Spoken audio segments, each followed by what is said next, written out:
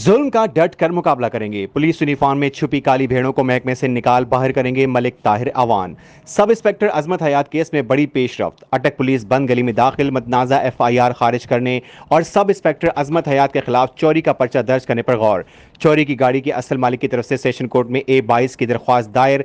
Banking court Lahore ने district police officer अटक को सब इंस्पेक्टर अजमत हयात से बरामद होने वाली चोरी की गाड़ी 29 सितंबर 2021 तक सुबह 9 बजे मुअज़्ज़िज़ अदालत में जमा कराने का हुक्म जारी कर दिया।